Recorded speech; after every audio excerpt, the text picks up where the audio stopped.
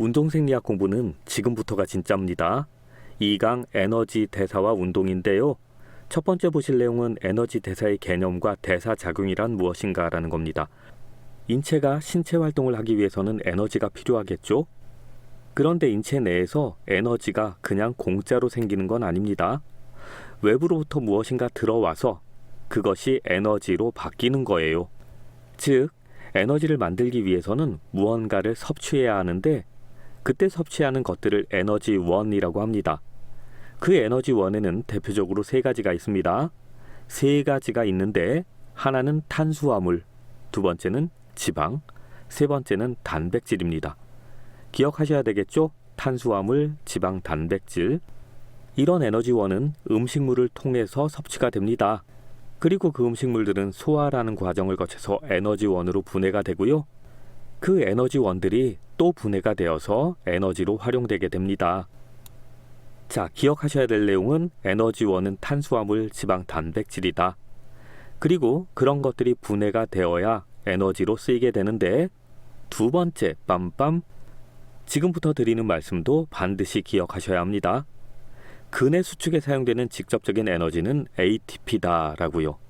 ATP, 이건 반드시 기억하셔야 하고요. 지금부터 공부할 내용들이 음식물을 통해서 에너지원이 흡수가 되었는데 그 에너지원들이 어떤 과정을 거쳐서 ATP로 바뀌는가라는 겁니다. 인체가 운동을 합니다. 즉 신체 활동을 한다라는 건 근육이 수축한다라는 거예요. 팔굽혀펴기를 하든 시덥을 하든 심장이 박동을 하든 위장이 움직이든 이런 것들은 다 근육이 수축하면서 생기는 현상들인데 그런 근수축에는 ATP가 필요합니다. 그런데 인체 내에는 ATP가 많이 저장되어 있지 않아요. 그래서 운동의 형태에 따라서 새롭게 ATP를 만들어내야 되거든요. 그런데 운동의 형태에 따라서 ATP를 만드는 방법이 다릅니다. ATP가 만들어지는 양도 달라요. 그런 내용들이 에너지 대사 작용이라는 것인데 이제부터 그 내용들을 공부하시는 거예요. 그리고 이 부분에서는 시험 문제가 반드시 나옵니다. 한 3문제 정도까지도 나올 수 있으니까 꼼꼼하게 공부를 하셔야만 합니다. 자, 이제 그런 내용을 보러 가죠. 자, 아까 대사 과정에 사용되는 주요한 에너지원은 탄수화물, 지방, 단백질이라고 말씀드렸죠. 이런 에너지원들이 분해가 되어서 ATP로 바뀌고 그 ATP가 신체 활동에 사용된다라고 말씀드렸습니다. 이제 그런 내용을 공부하기 전에 먼저 탄수화물, 지방, 단백질이라는 에너지원들이 가지고 있는 특성을 공부하겠습니다. 여기에서는요, 각 에너지원들이 1g당 낼 수 있는 에너지의 양이 얼마인가, 그게 중요하고요. 그 다음엔 동원의 순서입니다. 탄수화물, 지방, 단백질이 어떤 순서로 동원이 되는가, 그 개념이 중요해요. 그리고 하나가 더 중요한 것이 있습니다. 인간의 신체 활동은 그 특성들이 각각 다릅니다. 어떨 때는 굉장히 고강도의 신체 활동을 하기도 하고요. 어떨 때는 강도는 그렇게 강하지 않지만 오랫동안 지속하는 운동을 하는 경우도 있고요. 그리고 어떤 경우에는 고강도의 장시간 운동을 계속하는 경우도 있죠. 이런 운동의 특성에 따라서도 동원되는 에너지원이 각각 다릅니다. 그 내용들도 중요하니까 기억해 두실 필요가 있습니다. 자, 우선 탄수화물부터 보죠. 탄수화물은 에너지원으로 사용될 때 1g당 4kcal의 에너지로 변환이 가능합니다. 그리고요, 지금 PPT 화면에서는 영양소라고 나와 있죠? 영양소가 에너지원이라는 뜻인데 이런 에너지원들 중에서는 가장 먼저 활용되는 에너지원입니다. 그리고 탄수화물은 고강도의 운동 상황에서 가장 빠르고 효율적으로 에너지를 생산할 수 있습니다. 예를 들어 완만한 산에 가벼운 등산을 갔는데 멧돼지가 쫓아옵니다. 그러면 엄청 빨리 뛰어야 되겠죠? 바로 그런 상황에서 에너지를 만들어야 한다면 탄수화물을 활용한다라는 겁니다. 그리고요, 탄수화물은 주로 밥이나 국수 이런 것들로 섭취가 되죠. 그런데 그렇게 섭취한 탄수화물이 모두 다 에너지로 활용되지는 않아요. 그렇다면 남아도는 탄수화물이 있다는 건데요. 그 남아도는 탄수화물, 즉 여분의 탄수화물은 글리코겐 혹은 지방으로 전환이 되어서 몸의 어딘가에 저장이 됩니다. 하지만 글리코겐으로 저장되는 양보다는 지방으로 전환이 되는 것이 훨씬 더 많다는 거, 이게 함정이죠. 그래서 다이어트를 하려면 탄수화물을 줄여야 한다. 이런 말이 나오는 겁니다. 자, 어쨌든 탄수화물 4kcal, 그리고 1차적으로 활용되는 에너지원, 고강도 운동 상황에서 가장 효율적이다. 이런 정도를 기억하시면 되겠고요. 이번엔 지방입니다. 지방은 1g당 9kcal의 에너지를 생산할 수 있습니다. 굉장히 많은 양이죠. 에너지원들 중에서는 가장 많은 에너지를 생산할 수 있습니다. 그리고 지방은요, 주로 장시간의 지속적인 운동 혹은 중저강도의 운동에서 에너지를 공급하게 됩니다.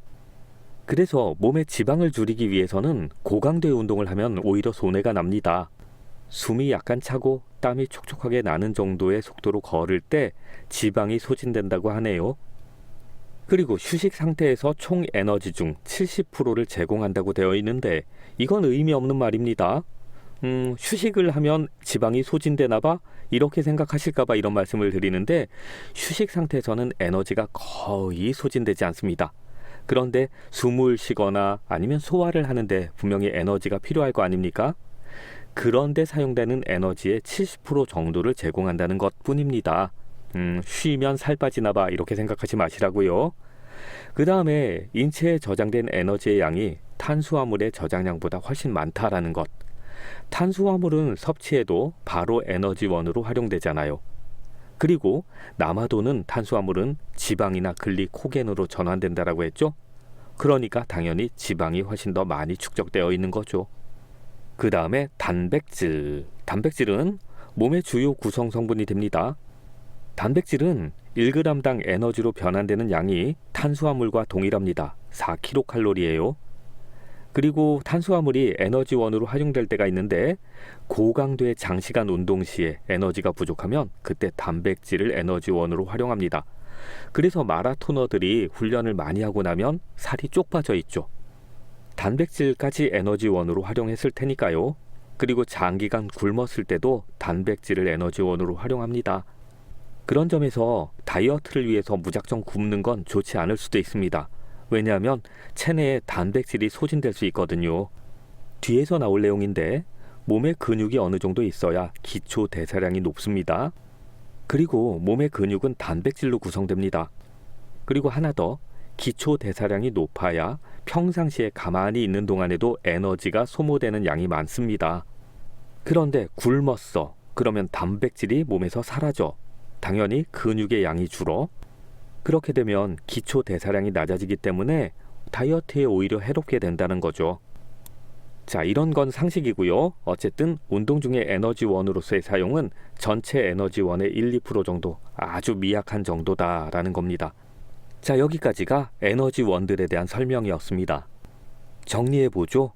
여기서 기억하실 내용은 1g당 에너지로 얼만큼 바뀌는가의 내용, 그 다음에 어떤 운동일 때 탄수화물, 지방, 단백질들이 소진되는가, 그런 것들입니다. 자, 물질 대사라는 건 이미 앞에서 말씀드렸네요. 인체가 음식물을 통해 섭취한 에너지원을 분해하거나 합성해서 에너지를 만들어가는 과정, 그런 것이 대사입니다. 그런 개념을 조금만 다르게 이해해보자라는 겁니다. 생명체가 생명을 유지하려면 에너지가 있어야 하죠. 그리고 그러기 위해서는 외부로부터 필요한 물질을 받아들여야 하고요. 그 물질을 분해하거나 합성해서 에너지를 만들어 갑니다. 그렇다면 외부로부터 물질이 들어왔을 테니까 에너지가 들어온 거죠. 그런데 에너지를 만드는 과정에서 열이 납니다. 즉, 열 에너지가 방출되는 거예요. 그 외에도 여러 가지 형태로 에너지가 빠져나갑니다. 즉, 들어오는 에너지도 있고 빠져나가는 에너지도 있다는 거죠. 그런 걸 물질 대사 과정 중에는 반드시 에너지의 출입이 나타난다라고 할 수 있는 거고요. 그 다음엔 물질을 합성하는 동화작용과 물질을 분해하는 이화작용이 있다라고 했는데, 동화작용이 같은 것으로 뭉친다란 뜻입니다. 이화라는 것은 각기 다른 것으로 나누어 간다는 뜻이에요. 외부로부터 에너지원이 들어옵니다. 그런데 그 에너지원은 음식물의 형태로 들어오게 돼요. 그리고 그 음식물 안에는 탄수화물, 지방, 단백질, 기타의 여러 가지 요소가 포함되어 있겠죠. 그걸 잘게 나누면서 에너지원으로 분해를 하고요. 그리고 그 에너지원들을 다시 잘게 분해하면서 에너지를 만들어 갑니다. 그런데 뒤에서 배울 내용이긴 한데요. 그런 과정에서 물질들이 다시 합성되기도 합니다. 하나로 뭉쳐지기도 해요. 그런 동화작용도 나타난다는 거죠. 자, 이제 다시 정리하자면 에너지를 생성하기 위해서는 외부로부터 필요한 물질이 들어와야 한다. 그 물질들이 분해되거나 합성되는 과정에서 에너지가 생성된다. 그리고 물질 대사 과정에서는 반드시 에너지의 출입이 있다. 에너지가 들어오기도 하고 나가기도 한다. 그리고 물질 대사의 과정에서는 동화작용이라는 것과 이화작용이 나타난다 라는 겁니다. 개념만 이해하시면 됩니다. 앞에서 잠깐 나왔던 동화작용 그리고 이화작용을 조금 자세히 보자라는 건데요. 이건 굉장히 중요하진 않은 개념이니까 빨리 넘어가셔도 됩니다. 제가 아까 동화라는 건 한 덩어리로 뭉치는 일이라고 했죠. 작은 분자들을 모아서 큰 분자를 만드는 것이고, 다른 말로는 합성한다라고도 합니다. 그리고 이런 합성의 과정에서는 반드시 에너지가 필요해요. 즉 에너지가 요구된다는 거죠. 그래서 그걸 에너지를 흡수한다 혹은 흡열 반응이 나타난다라고 하는 겁니다. 대표적인 경우가 아미노산이라는 것이 뭉쳐져서 단백질이 만들어지는 과정이에요. 단백질의 합성을 대표적인 동화작용이라고 합니다. 그 다음엔 이화작용이라는 것이 있는데, 이화작용이란 각기 다른 작은 단위로 나누어진다, 나누어 간다라는 개념입니다. 그러니까 큰 분자를 나누어서 작은 분자를 만드는 것, 즉 분해하는 것, 이걸 이화작용이라고 합니다. 인체에서 일어나는 가장 대표적인 이화작용이 ATP의 생성이에요. 그리고 그 자세한 기작들, 메커니즘은 뒤에서 공부를 하게 될 텐데, 어쨌든 이 과정에서 에너지가 방출됩니다. 열 에너지로 방출되기 때문에 발열 반응이 나타난다라고 하죠. 자, 지금 사례로 소화를 시키고 그리고 호흡을 하면서 어쩌고 저쩌고 이런 개념이 나오죠. 지금은 그런 게 있나 보다만 하시면 됩니다. 어차피 뒤에서 배우는 에너지 대사의 핵심이 그거거든요. 우선 여기에서는 소화 그리고 호흡 이런 것들이 다 ATP를 만들어가는 과정이었구나. 그리고 그것이 이화작용이구나 라고만 아시면 돼요. 인체가 외부로부터 음식물을 섭취했습니다. 그리고 그 음식물을 분해해서 인체 내에 필요한 ATP라는 에너지를 만들어 간다라고 했죠. 그런 과정을 대사라고 하기도 한다고 했고요. 자, 이번에는 그렇다면 그런 과정에서 에너지의 총량이 달라질 것인가, 달라지지 않을 것인가의 문제입니다. 에너지의 전환 및 보존의 법칙이라는 게 바로 그런 내용입니다. 결론을 미리 말씀드리면, 인체가 음식물을 섭취하고 분해하고 화학 에너지인 ATP라는 것으로 전환을 하는데, 그 과정에서 에너지는 보존된다라는 겁니다. 에너지의 총량은 변하지 않는다라는 거예요. 인체가 섭취한 음식물이 가지고 있는 에너지의 총량이라는 것이 있을 거 아닙니까? 그 에너지의 총량은 ATP로만 바뀌는 것이 아니라 ATP와 열로 바뀌게 됩니다. 그런데 그 열은 열 에너지라고 해도 되잖아요. 즉 ATP라는 에너지의 형태와 열 에너지로 바뀌게 되는데, 그 양이 원래 인체가 섭취한 음식물이 가지고 있던 에너지의 총량과 일치한다라는 거죠. 그리고 인체 내에 축적되어 있는 에너지는 열 에너지, 운동 에너지 등으로 변환되게 되는데요. 그 변환되는 에너지의 양과 인체에 축적되어 있던 에너지의 양도 동일하답니다. 다시 말해서 에너지의 대사 과정에서도 에너지의 보존 법칙은 적용된다라는 거죠. 여기에서는 이 정도만 이해하시면 됩니다. 이건 시험 문제에 나올 거리가 아닙니다. 어떤 문제의 선택지로 한 줄 정도는 나올 수 있습니다. 대사 과정에서 에너지의 총량은 변하지 않는다. 그런 문장이 하나 정도는 있을 수 있지만 이 개념 자체가 독립된 문제로 나오기는 어렵다는 겁니다. 그렇게 중요한 개념은 아니라는 거죠. 자, 이 정도만 이해하시고 다음으로 넘어가시면 되겠습니다. 지금부터는 인체에서 일어나는 에너지 대사의 구체적인 내용을 공부합니다. 에너지 대사의 과정은 크게 3가지, 작게 분류하면 4가지까지 분류할 수 있습니다. 여러분은 각각의 에너지 대사 시스템이 가지고 있는 특징, 그리고 동작의 순서, 이걸 중심으로 공부를 해두시면 됩니다. 가장 먼저 보실 내용은 ATP PCR 시스템이라는 거예요. 인원질 시스템이라고 시험 문제에 나올 수도 있으니까 이름은 같이 기억하시고요. ATP PCR 시스템에서 PCR이 포스포크레아틴이라는 것입니다. 인체에는요, 급하게 에너지를 활용해야 될 때를 대비해서 포스포크레아틴이라는 것이 저장되어 있습니다. 예를 들면 골목에서 어떤 미친놈이 칼을 들고 쫓아와. 그러면 죽어라고 뛰어야 될 거 아닙니까? 그런데 그런 급박한 상황에서 탄수화물이나 지방 같은 것을 분해하고 그래서 ATP를 생성하는 데는 시간이 너무 많이 걸린단 말이에요. 그러니까 바로 ATP로 변환시킬 수 있는 포스포크레아틴이라는 형태를 저장하고 있다는 거죠. 바로 그 포스포크레아틴이라는 것을 ATP로 변환시키는 시스템, 그걸 ATP PCR 시스템이라고 하는 겁니다. 그리고 참고로 기억하실 내용이 있는데 에너지를 생성하는 데는 반드시 산소가 필요합니다. 그런데 산소를 먼저 필요로 하는 경우도 있고 산소를 나중에 필요로 하는 경우도 있어요. 일반적으로 에너지 대사를 설명하는 과정에서 이 시스템은 산소가 필요 없다라는 말이 나오는데 이건 정말 산소가 필요 없다라는 것이 아니라 산소가 지금 당장은 필요 없고 나중에 산소를 보충해주면 된다라는 개념으로 이해하시면 됩니다. 그리고 그렇게 지금 당장은 산소가 필요 없는 경우를 무산소성 에너지 시스템이다라고 말하면 되고요. 자, 다시 정리하죠. ATP PCR 시스템이라는 건 포스포크레아틴이라는 것을 ATP로 전환하는 시스템이다라고 했죠. 그런데 이 시스템은 지금 당장은 산소를 필요로 하지 않습니다. 그래서 무산소성 에너지 시스템으로 분류합니다. 그리고 몸에 저장되어 있는 포스포크레아틴의 양이 워낙 적기 때문에 이 시스템으로 생성할 수 있는 ATP의 양도 적어요. ATP의 양이 적기 때문에 이런 시스템으로 운동을 지속할 수 있는 시간도 굉장히 짧습니다. 10초에서 15초 정도면 이 시스템으로 생성된 ATP가 다 소진되기 때문에 이 시스템으로는 더 이상 운동을 지속할 수 없게 됩니다. 그러면 굉장히 비효율적이네 라고 생각하실 수도 있겠는데 그렇지 않습니다. 앞에서 말씀드렸던 것처럼 급박한 상황에서 언제 탄수화물이나 지방을 분해해서 ATP를 만들겠어요. 그렇게 급박하고 위급한 상황에서 ATP가 필요할 때 그때를 위해서 ATP PCR 시스템이 필요한 겁니다. 그러니 사람이 고강도의 운동을 하려고 할 때 최초로 활용되는 에너지 대사 시스템이 무엇인가? 라는 질문이 나오면 무조건 ATP PCR 시스템이다 라고 대답하시면 돼요. 그리고 운동 종목에서도 이 시스템을 필요로 하는 종목들이 있겠죠? 짧은 시간에 고강도의 에너지가 필요한 그런 종목을 생각하시면 되는데 예를 들면 투포환, 아니면 원반 던지기, 보디빌딩에서 데드리프트, 아니면 100m 달리기 이런 종목들을 생각하시면 됩니다. 자, 정리하죠.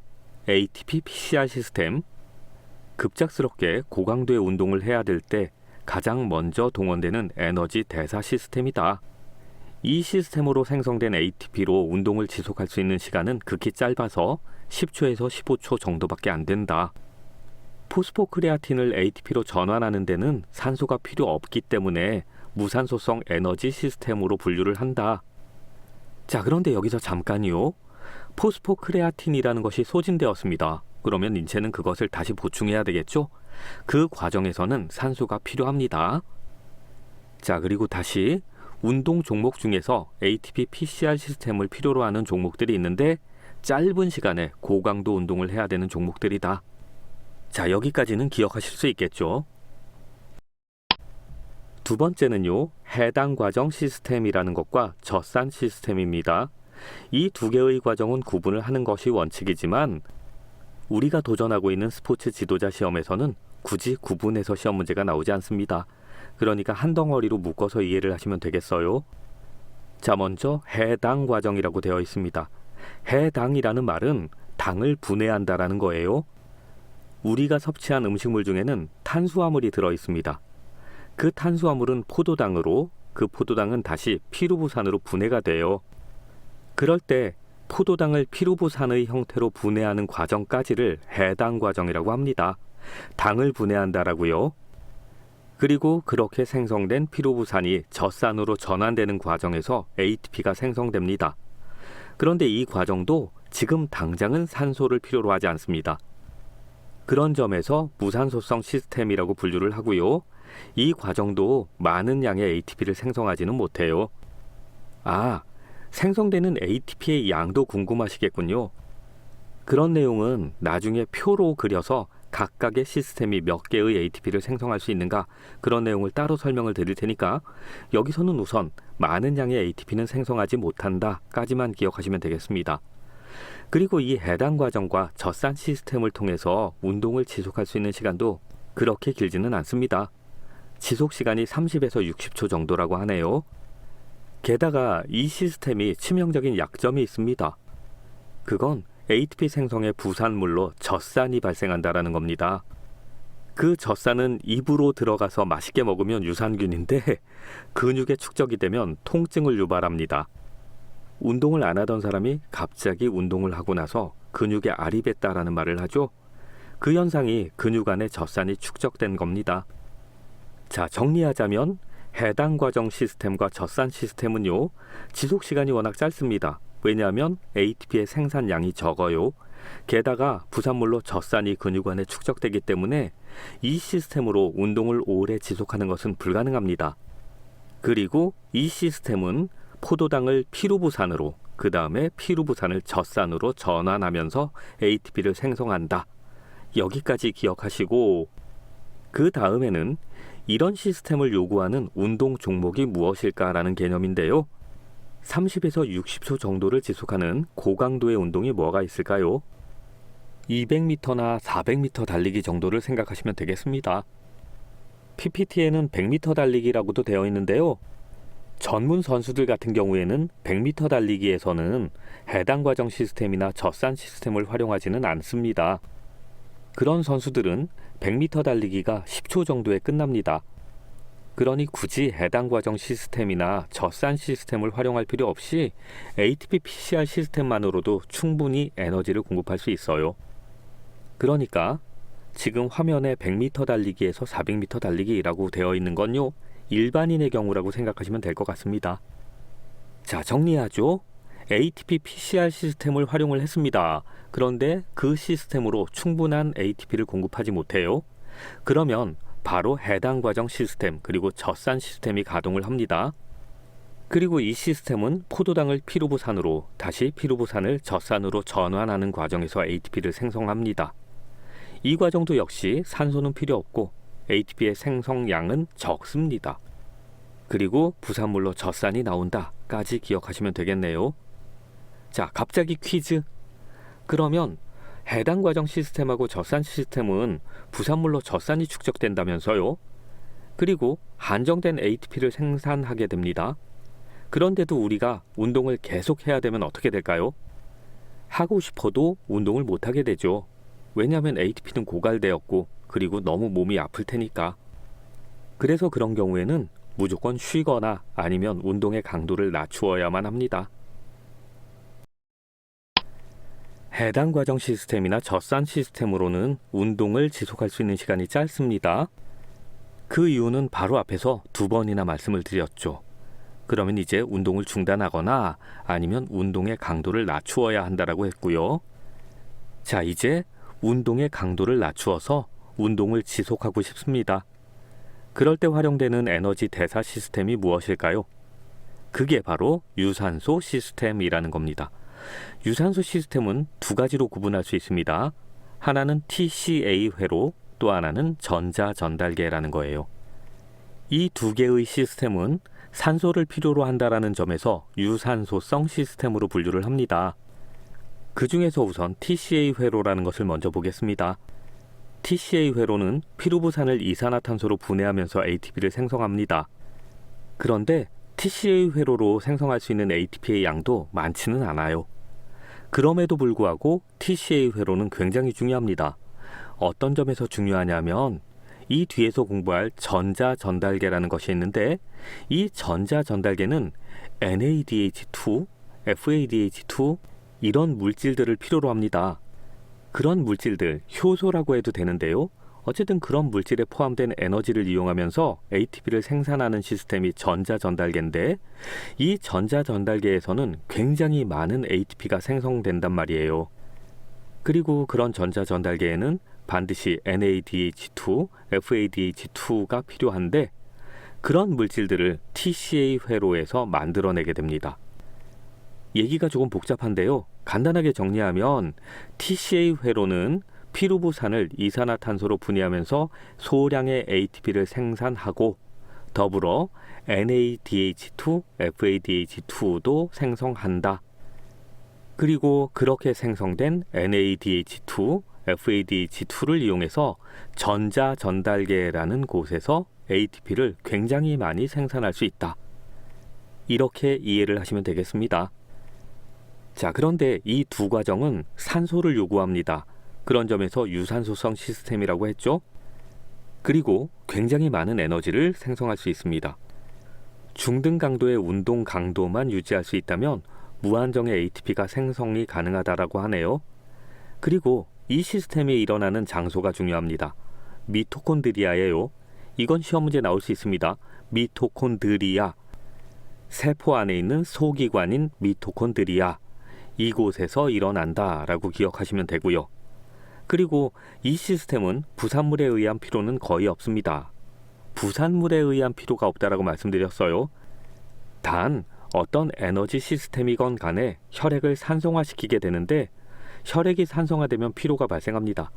그래서 유산소성 시스템을 통해서도 피로는 발생을 하긴 합니다. 자, 그러면 마지막으로 유산소성 시스템을 필요로 하는 대표적인 운동 종목이 뭐가 있을까요?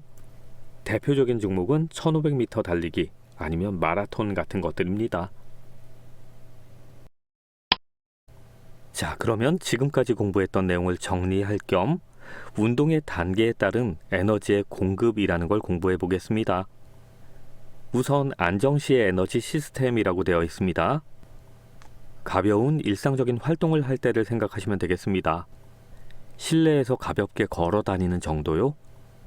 그런 상태를 안정시라고 할 수 있는데 그런 경우에는 주로 유산소성 시스템이 활용됩니다.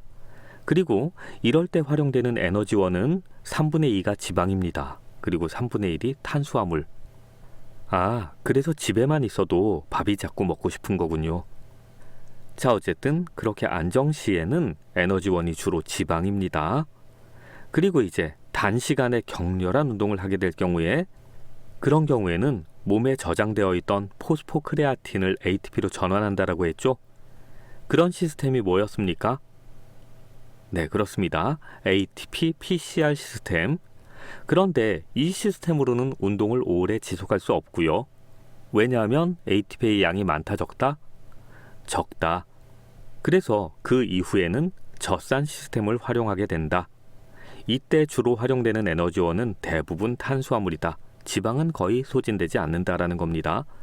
그래서 지방을 소진시키겠다, 즉 살을 빼겠다라는 사람에게 격렬한 PT를 권장하는 건 굉장히 바보 같은 운동 처방이 됩니다. 그런 사람들에게는 지방을 에너지원으로 활용하는 운동을 처방하는 것이 맞죠. 바로 그런 운동이 조금 뒤에 살펴볼 장시간에 격렬하지 않은 운동이고요.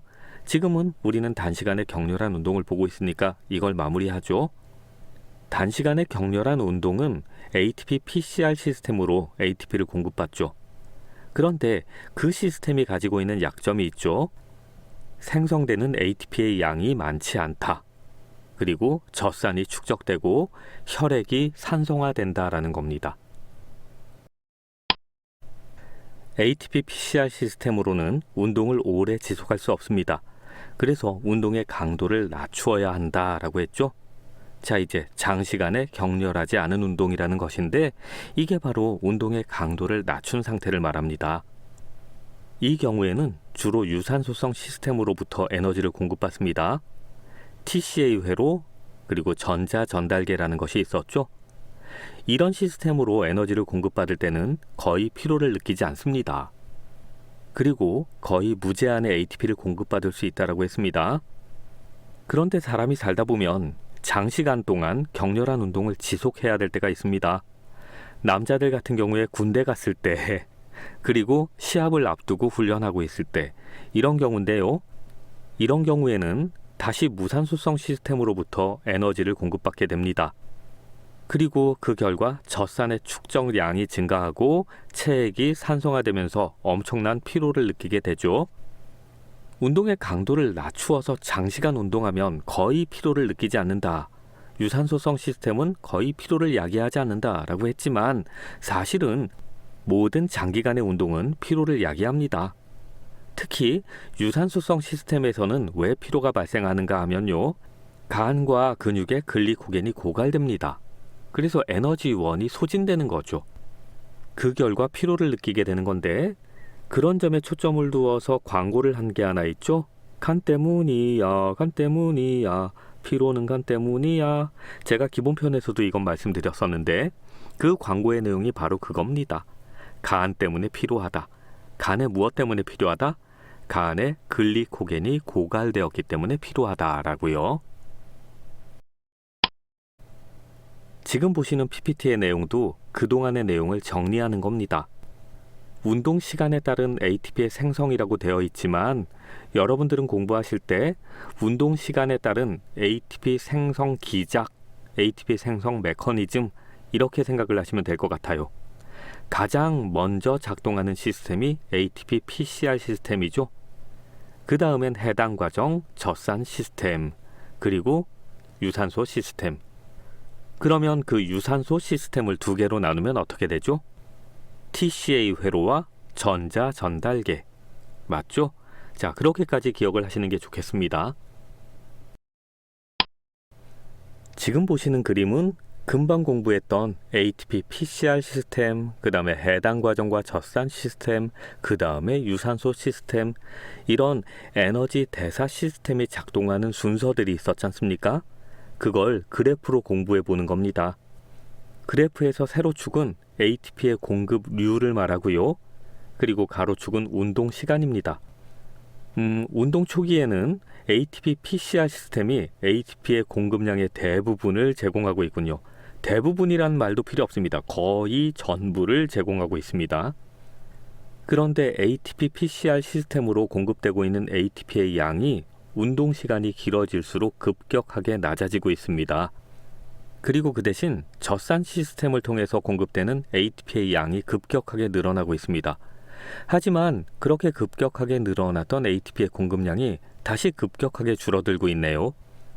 그런데 주목할 것은 운동 시간이 길어지면 길어질수록 유산소 시스템을 통해서 공급되는 ATP의 양이 늘어나고 있다는 겁니다. 최근의 경향을 봤을 때 스포츠 지도자 시험에서 그래프를 가지고 출제를 할 것 같지는 않습니다. 그리고 이 내용은 굳이 그래프가 필요할 정도로 복잡하지도 않고요. 그러니 여러분들은 그래프로 공부하시기보다는 바로 앞에서 공부했던 ATP PCR 시스템, 그 다음에 해당 과정, 그 다음에 유산소 시스템 이런 식으로 텍스트로 외워두시는 게 좋겠습니다. 그렇다면 각각의 ATP 생성 시스템을 통해서 생성되는 ATP의 양은 어느 정도일까요? 지금 공부하는 이 내용은 실전편에는 수록되지 않았습니다. 그런데 제가 앞에서 설명을 하면서 혹시 이 내용을 궁금해 하실 분이 계실 것 같다. 그래서 나중에 표로 보여드리겠다라고 약속을 했죠. 그래서 인강에서만 말씀드리는 겁니다. 그리고 또 한 가지, 학자나 이론에 따라서 생성되는 ATP의 양을 각각 다르게 말합니다. 즉, 지금부터 말씀드리는 이 수치가 절대적이지는 않다라는 거니까 그걸 반드시 외우실 필요는 없고요.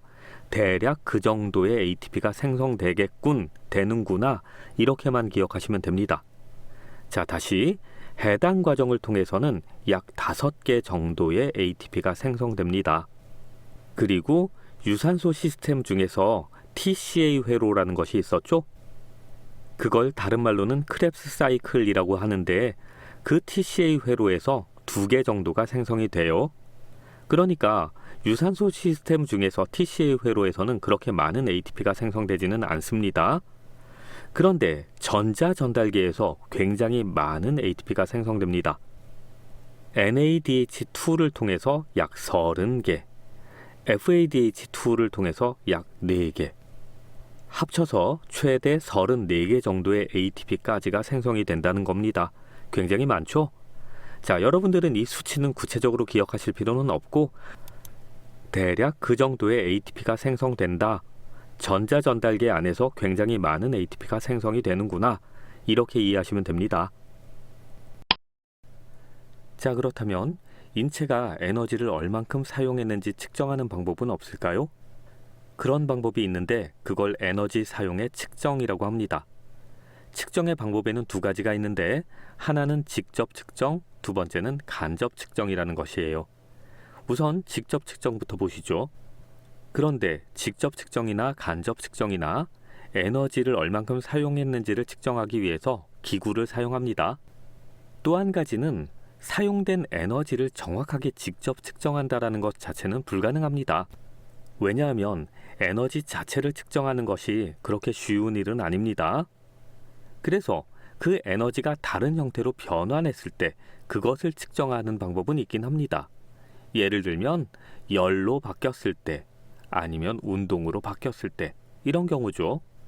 인체가 사용한 에너지를 측정하는 방법 중에 직접 측정은 바로 신체가 발생시키는 열을 측정함으로써 신체가 사용한 에너지를 역추정하는 겁니다. 그 원리는 간단한데 인체가 음식물을 섭취합니다. 그리고 그 음식물을 분해해서 에너지원을 얻죠. 탄수화물, 지방, 단백질과 같은 에너지원을 다시 분해하면서 ATP를 생성하는데 그 과정에서 에너지원의 100%가 모두 ATP로 변환되는 것은 아닙니다. 그중 40%만 ATP로 변환되고 나머지는 열 에너지로 방출됩니다. 그러면 인체가 방출한 열량, 즉 체온을 재면요. 그 사람이 대사작용을 통해서 생산한 에너지의 양을 추정할 수 있겠죠. 즉, 이 사람이 안정시의 신체 활동을 통해서 에너지를 얼만큼 생성하고 얼만큼 사용하고 있는가, 그걸 측정하는 데는 유리할 거예요. 하지만 격렬한 운동을 할 때는 또 다른 이유로 체온이 올라갈 수도 있으니까 그런 경우에는 체온을 통해서 사용된 에너지를 역추정하는 것이 어려울 겁니다. 자, 이런 방법들이 직접 측정이라는 방법인데 이런 방법에는 직접 열량계가 활용된다라고 되어 있죠. 직접 열량계라는 게 뭐겠습니까? 체온을 측정하는 도구겠죠. 온도계 같은 거. 인체가 사용한 에너지를 측정하는 두 번째 방법은 간접 측정이라는 겁니다. 이 방법은 유산소 운동 시에 주로 활용합니다. 사람이 유산소 운동을 하게 되면 산소가 필요하죠. 그래서 산소를 섭취하게 되는데 그때 섭취된 산소의 양을 측정하면서 대사율을 측정한다라는 거죠. 간단하게 말씀드리면 유산소성 에너지 대사 시스템이 있었죠. TCA 회로 그리고 전자전달계. 그런데 그런 대사 시스템 안에서 산소 분자가 얼만큼 활용되면 ATP가 얼만큼이 생성된다라는 것이 결정되어 있거든요. 그러니 그 사람이 섭취한 산소 양이 얼만큼인가를 알면 그 사람이 생성한 ATP의 양이 얼만큼인가도 측정할 수 있다는 겁니다. 이 방식은 산소 섭취량만 측정하면 되기 때문에 비교적 간편하게 측정이 가능합니다. 그리고 운동 중에도 활용할 수 있다는 점에서 측정의 결과가 신뢰성이 높습니다. 방식에는 폐쇄회로 측정법, 개방회로 측정법 두 가지가 있다는데 이건 중요하지 않으니 그냥 넘어가도 됩니다. 정말 중요한 건 이거죠. 산소 섭취량이 ATP의 생성량과 관련이 있다. 그래서 산소 섭취량을 가지고 ATP의 양을 측정할 수 있다라는 거요. 자, 그리고 중요한 개념이 나왔습니다. 호흡상이라는 것, 다른 말로는 호흡률이라고 해도 됩니다. 이 개념은 어떤 생물이 일정한 시간 동안 흡수한 산소의 부피와 배출한 이산화탄소의 부피의 비율을 말하는데요. 이 개념이 많이 중요합니다. 왜냐하면 섭취한 산소의 부피와 배출한 이산화탄소의 부피의 비율을 따지면 그 생물이 어떤 에너지원을 활용해서 ATP를 생성했는가를 알 수 있거든요. 아주 간단하게 얘기하면 지방을 빼러 온 사람이 있어요. 살 빼주세요 하고 체육관에 찾아온 사람이 있는데 그 사람의 운동 과정을 지켜보다가 그 사람의 호흡률, 호흡상이라는 것을 측정했습니다. 그랬더니 1이 나와. 그러면 그 사람은 지방을 소진하지 않고 있다는 얘기입니다. 0.8이 나와. 그 사람은 단백질을 소진하고 있어요. 지방은 전혀 소진되지 않는다는 얘기입니다. 그런데 0.7이 나와. 그러면 이 사람이 지금 운동을 잘하고 있어. 지방을 에너지원으로 태우고 있어. 이걸 알 수 있다는 거예요. 자, 정리하죠. 어떤 생물이 일정한 시간 동안 흡수한 산소의 부피, 그리고 배출한 이산화탄소의 부피의 비율을 호흡률이라고 하는데, 각각의 에너지원마다 호흡률이라는 것이 정해져 있습니다. 탄수화물은 1, 지방은 0.7, 단백질은 0.8. 그런데 산소 섭취량분의 이산화탄소 생성량이 1이야. 그러면 탄수화물이 소진되는 거고, 0.7이야. 그러면 지방이 소진되는 거예요. 0.8이면 단백질이 소진되고 있는 겁니다. 이렇게 호흡상이나 호흡률을 측정하게 되면 그 사람이 사용하고 있는 에너지원의 종류가 무엇인가를 추정할 수 있다는 겁니다. 그게 호흡상 혹은 호흡률의 개념입니다. 그런데 여러분들은 공식만 보면 일단 계산 문제가 아닌가라고 생각하잖아요.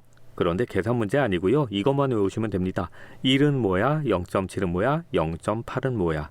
이거요. 자, 오랜만에 개념을 하나 외우셔야 합니다. 기초대사량 그리고 안정시 대사량이라는 거예요. 우선 기초대사량이라는 것이 있는데 이건 뭐냐면요. 사람이 잠을 자지 않고 깨어 있습니다. 그런데 그 상태에서는 생명을 유지하기 위해서 최소한의 에너지가 필요합니다. 심장을 박동시키고 호흡을 하기 위해서 근육을 쓰고요. 그리고 소화를 시키기 위해서도 내장근이 움직여야 되죠. 이럴 때 필요한 최소한의 에너지 수준을 기초대사량이라고 합니다. 이 기초대사량이 높으면 평상시에 에너지 소비가 많고 그래서 살이 잘 찌지 않는 체질인 겁니다. 그 다음엔 안정시 대사량이라는 것이 있는데 이 경우에는 가벼운 식사를 하고 서너 시간 후에 측정한 에너지의 사용 수준입니다. 시험 문제에는 주로 기초대사량이 나올 거니까 그걸 중심으로 기억하시면 되겠습니다. 제가 가르치는 아이 중에 고2 아이인데 굉장히 날씬한 여자애가 있습니다. 본인 말로는 자신의 꿈이 모델이거나 아니면 뮤지컬 배우라고 합니다. 그런데 이 아이가 먹는 양이 어마어마합니다. 어지간한 남자애보다 훨씬 더 많이 먹어요. 학원을 왔는데 배가 고프다고 해서 사발면을 줬더니 사발면을 2개를 먹습니다. 제가 구운 달걀을 같이 사다 줬는데 그 달걀을 3개를 더 먹습니다. 그런데 날씬해요. 그런 녀석이 자랑 겸 해서 자기는 이렇게 먹어도 살이 안 찐답니다. 그래서 제가 한마디 해줬죠. 나이 먹어봐. 나이 먹으면 이 기초대사량이라는 것이 확 떨어지죠. 그래서 먹으면 바로바로 살로 가죠. 자, 기초대사량이라는 개념이었습니다. 시험에 나올 만한 계산 문제가 하나 있습니다. 운동역학이나 운동생리학에서 계산 문제가 많이 나오지 않습니다. 그러니까 너무 걱정 안 하셔도 되는데 이 산소 섭취량에 따른 에너지 소비율이라는 건 시험 문제에 한번 나왔었어요. 그래서 여러분들은 적어도 이 공식을 적용해서 답을 찾을 수 있도록 연습해 두실 필요는 있어요. 안정시 산소 섭취량에 따른 에너지 소비율이라고 되어 있고요. 안정시의 산소 섭취량은 체중 1kg당 3.5ml/min입니다. 그러니까 1분에 체중 1kg당 3.5ml는 산소를 섭취해야 된다는 거예요. 그리고 1m라는 게 있습니다. 운동의 강도를 측정하는 기준이 되기도 하죠. 그런데 그 정확한 개념이 뭐냐 하면 안정시의 산소 섭취량을 소비할 만큼의 운동량을 말합니다. 즉 체중 1kg당 1분에 3.5ml의 산소를 소비하는 만큼의 운동이죠. 그래서 공식이 3.5ml/kg/min입니다. 그리고 산소 1리터당 낼 수 있는 에너지의 양은 약 5kcal라고 해요. 자, 조금 복잡하죠. 그런데 이 개념은 실제 시험에 출제가 됐었습니다. 그러니 여러분들도 이 문제는 반드시 풀 수 있어야만 합니다. 그런데 이건 인강으로 설명을 드리기에는 조금 복잡해요. 그러니까 저희가 카페에 설명을 드리겠습니다. 카페의 필기 질문 게시판에 이 내용을 정리해서 공지사항으로 올려드리겠습니다. 그러니 그 내용을 반드시 읽어주시고 계산 문제를 직접 연습해 주세요. 그러면 지금부터는 트레이닝에 의해서 인체의 대사 기능이 어떻게 달라질까라는 개념입니다. 우선 보실 내용은 유산소 트레이닝에 의한 적응이라는 건데 기본 전제를 기억하시면 아주 쉬워질 겁니다. 유산소 트레이닝이라고 되어 있으니까 산소를 필요로 하는 트레이닝이다. 그렇다면 유산소 대사 과정을 거쳐서 에너지를 공급받을 것이다. 여기까지는 쉽죠.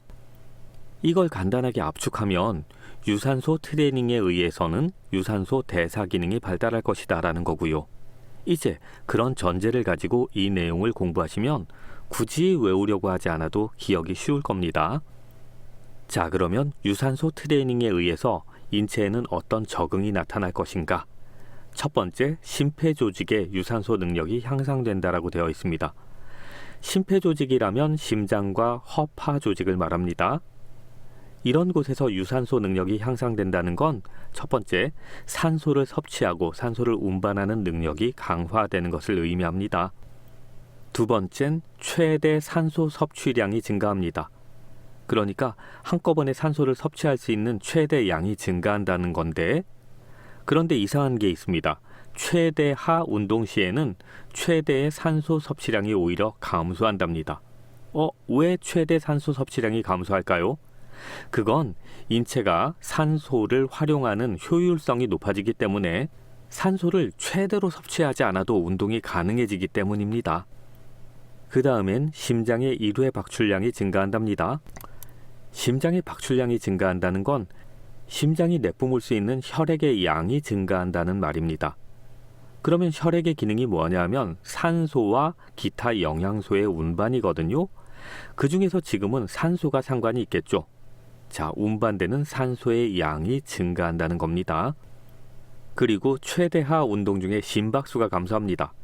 최대하 운동 중이라는 건 평상시를 생각하시면 됩니다. 그때 심박수가 감소합니다. 심박수가 감소하면 뿜어내는 혈액의 양이 줄어든다는 얘긴데, 그러면 손해인데? 이렇게 생각하시기가 쉬운데 그 반대예요. 최대하 운동 중에 심박수가 감소해도 충분히 많은 양의 혈액을 내뿜을 수 있다는 겁니다. 그런 심장을 스포츠 심장이라고 하죠. 그리고 최대 심박출량이 증가합니다. 최대로 내뿜을 수 있는 심장의 박출량이 증가합니다. 역시 산소의 운반하고 상관이 있죠. 그 다음에 혈액의 양이 증가합니다.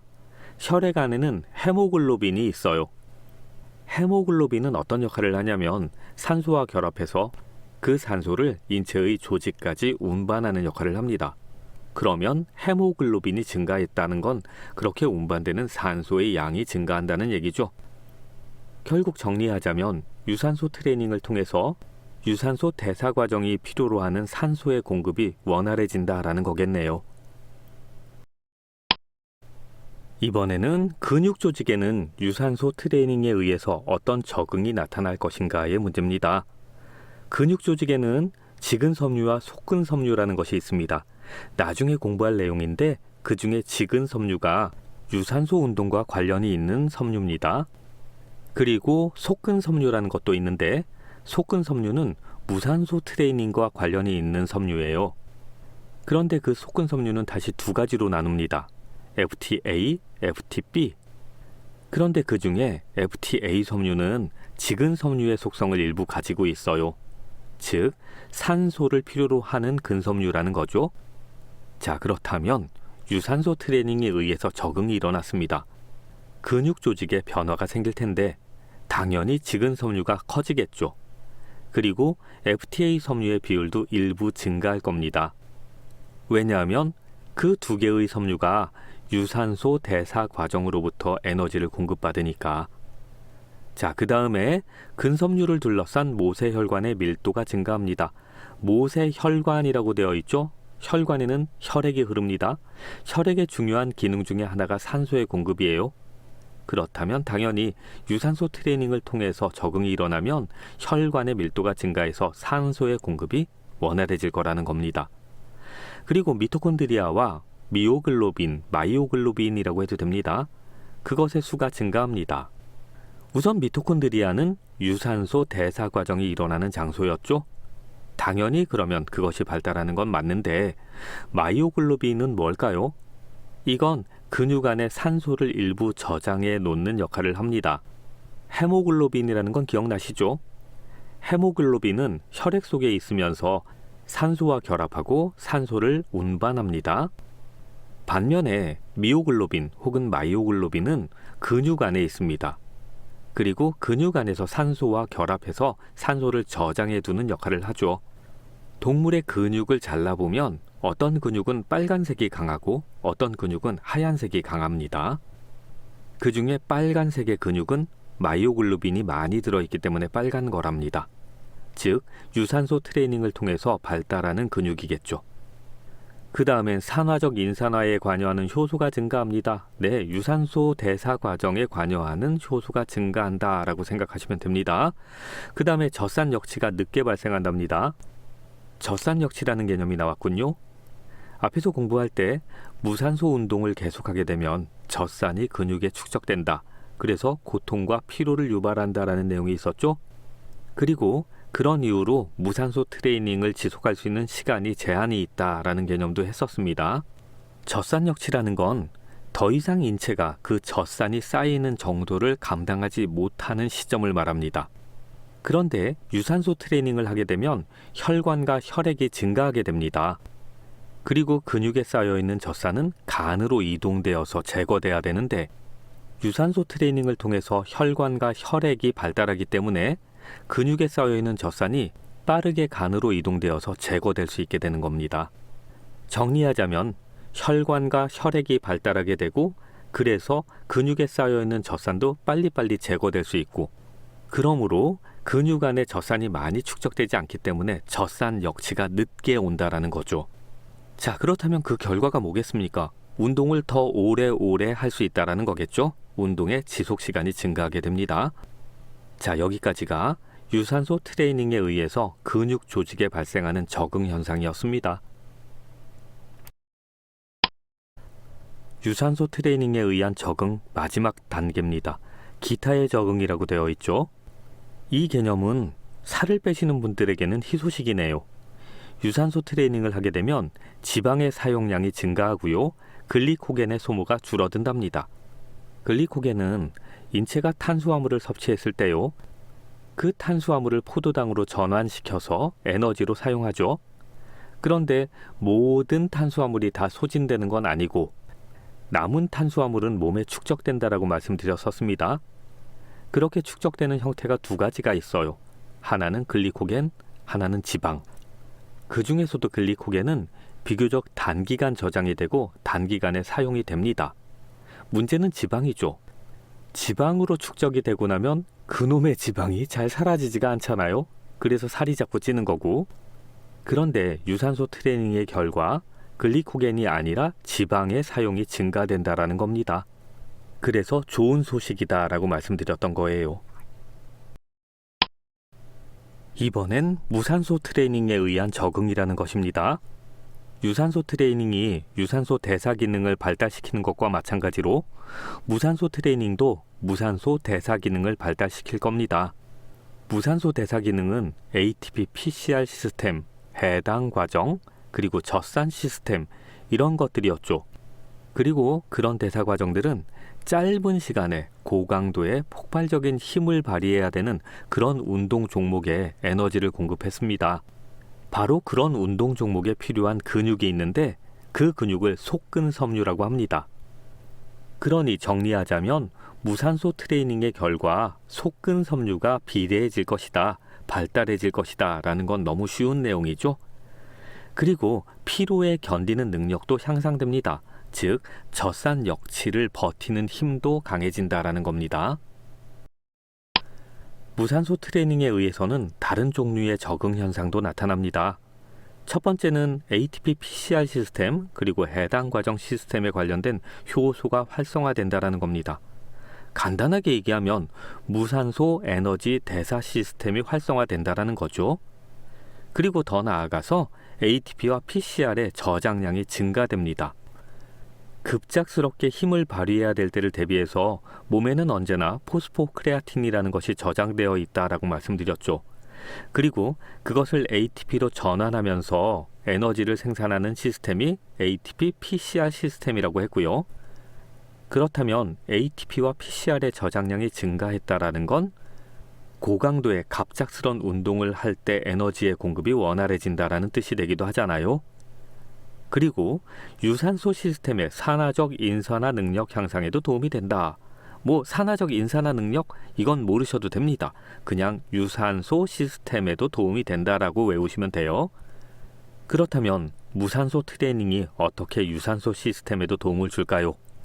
해당 과정이란 거 기억나시죠? 해당 과정이 포도당을 피루부산으로 분해하는 과정이었습니다. 그런데 그 피루부산은 유산소 시스템의 원료로 사용이 되거든요. 유산소 시스템 중에서도 TCA 회로에서 피루부산을 이산화탄소로 분해하면서 ATP를 생성해서 씁니다. 그리고 그 과정에서 NADH2 그리고 FADH2 이런 것들을 생성했죠. 정리하자면 무산소 트레이닝을 통해서 더 많은 피루부산이 생성될 수 있다면 그것이 유산소 시스템에도 도움이 될 거라는 겁니다. 지금 이 내용이 그거예요. 그리고 젖산의 역치가 늦게 발생한다. 이건 더 이상 말씀드리지 않아도 되겠죠. 그리고 젖산에 대한 완충 능력이 향상된다. 이건 같이 기억하시면 됩니다. 젖산을 버티는 능력이 발달하게 된다. 이렇게요.